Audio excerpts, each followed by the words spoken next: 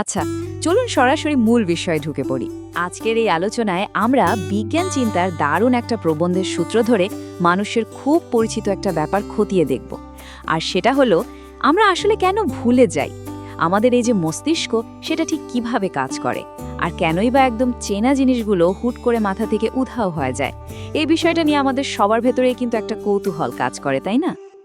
আমরা সবাই জীবনে কখনো না কখনো এমন একটা অদ্ভুত পরিস্থিতির শিকার হয়েছি, ঠিক? হয়তো একটা নাম বা কোনো চেনা ঘটনা মনে হচ্ছে এই তো ঠোঁটের ডগায় আছে, কিন্তু কিছুতেই পুরোপুরি মনে পড়ছে না। এই যে হুট করে একদম পরিচিত একটা ঘটনা স্মৃতি থেকে গায়েব হয়ে যাওয়ার অভিজ্ঞতা, এটা সত্যি বলতে বেশ হতাশাজনক একটা ব্যাপার। কিন্তু কখনো ভেবে দেখেছি কি, এই হঠাৎ স্মৃতিভ্রমের পেছনে আসলে কোন বিজ্ঞানটা লুকিয়ে আছে? তো এই পুরো রহস্যটার জট খুলতে আজ আমরা কয়েকটা ধাপে এগোবো। প্রথমে দেখব এই পরিচিত সমস্যাটার ধরন, এরপর জানব স্মৃতির অব্যবহার ও স্মৃতির জট সম্পর্কে, তারপর মস্তিষ্কের রেকর্ডের অভাব, বেদনাদায়ক স্মৃতি মুছে ফেলার প্রক্রিয়া এবং শেষে জানব বয়স্কদের স্মৃতির আসল সত্যিটা কি। চলুন শুরু করা যাক আমাদের প্রথম ভাগ দিয়ে, পরিচিত একটি সমস্যা, সার্বজনীন রহস্য। স্মৃতি নিয়ে যারা গবেষণা করেন তারা দীর্ঘদিন ধরে মানুষের ভুলে যাওয়ার এই প্রবণতা নিয়ে কাজ করছেন। তারা আসলে কি খুঁজে পেয়েছেন, তার মূল ভিত্তিটাই আমরা এখানে দেখব। গবেষকরা এই ভুলে যাওয়ার পেছনে মূলত 4টা প্রধান কারণ বা কালপ্রিট খুঁজে পেয়েছেন।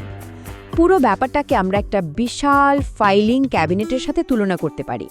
আমাদের মস্তিষ্ক প্রতিনিয়ত অসংখ্য ফাইল বা তথ্য এই ক্যাবিনেটে সাজিয়ে রাখছে। যখনই এই ফাইলিং সিস্টেমে কোনো গণ্ডগোল বাধে, ঠিক তখনই আমরা ভুলে যাই। আর এই গণ্ডগোলের পেছনে 4জন মূল অপরাধী হল স্মৃতির অব্যবহার, ঘটনার সংঘাত বা জট, মস্তিষ্কের ঠিকমতো নথিভুক্ত না হওয়া এবং ইচ্ছাকৃতভাবে মুছে ফেলা। এবারে আসা যাক দ্বিতীয় ভাগে, অব্যবহার ও স্মৃতির জট, যখন ফাইলে ধুলো জমে। এই বিষয়টা কিন্তু বেশ মজার। যখন আমাদের মস্তিষ্কের এই মানসিক ফাইলগুলো নিয়মিত ব্যবহার করা হয় না, তখন সেগুলোতে কিভাবে ধুলো জমে যায় সেটাই আমরা এখন একটু গভীরভাবে বোঝার চেষ্টা করব। ভুলে যাওয়ার প্রথম কারণটাকে বলা যায় স্মৃতির ক্ষয়। ব্যাপারটা হলো, অনেক ঘটনা দীর্ঘদিন ধরে আমাদের স্মৃতির ভাণ্ডারে একদম অব্যবহৃত অবস্থায় পড়ে থাকে। যদি সেগুলো নিয়ে আমরা চর্চা না করি, আলোচনা না করি, তাহলে সেই স্মৃতির আর কোনো আপডেট বা নবায়ন ঘটে না। ফলে ঘটনাটা আস্তে আস্তে ফিকে হতে থাকে। তবে হ্যাঁ, মূল প্রবন্ধে কিন্তু একটা চমৎকার ব্যতিক্রমের কথাও বলা হয়েছে। কিছু কিছু পুরনো ঘটনা আবার এতটাই জেদি হয় যে সেগুলো বছরের পর বছর আমাদের স্মৃতিতে একদম উজ্জ্বল হয়ে বসে থাকে, কিছুতেই ফিকে হতে চায় না। দ্বিতীয় কারণটা হলো স্মৃতির জট বা সংঘাত। ধরুন, আমাদের মস্তিষ্কে একটা পুরনো স্মৃতি খুব যত্ন করে সেভ করা আছে। ঠিক এরপরই যদি কাছাকাছি ধরনের আরেকটা নতুন ঘটনা ঘটে, তখন কি হয় জানেন? এই দুটো স্মৃতি নিজেদের মধ্যে মিশে একটা জট পাকিয়ে ফেলে।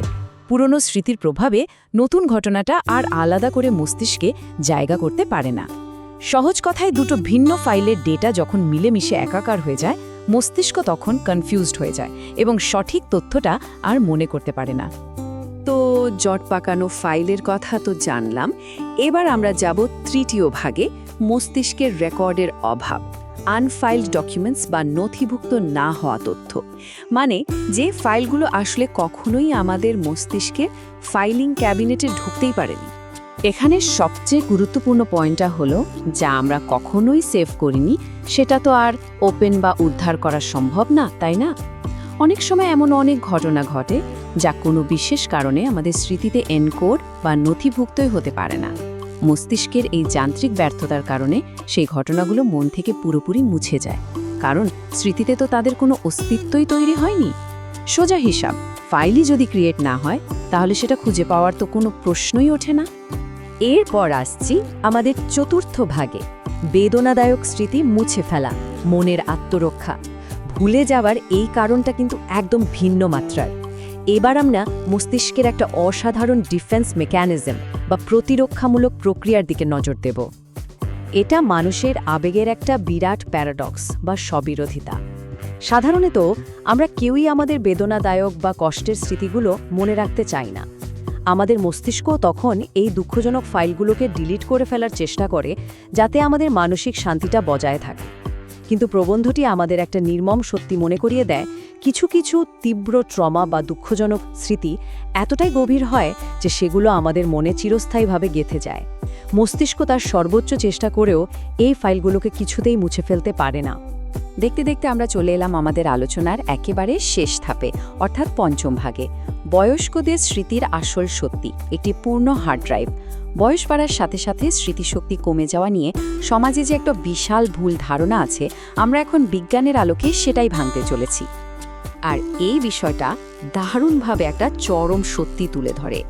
বয়স্ক মানুষরা কেন কথা ভুলে যান তা নিয়ে আমাদের একটা সাধারণ ধারণা হলো তাদের মন হয়তো দুর্বল হয়ে গেছে বা তাদের মস্তিষ্ক ঠিকমতো কাজ করছে না।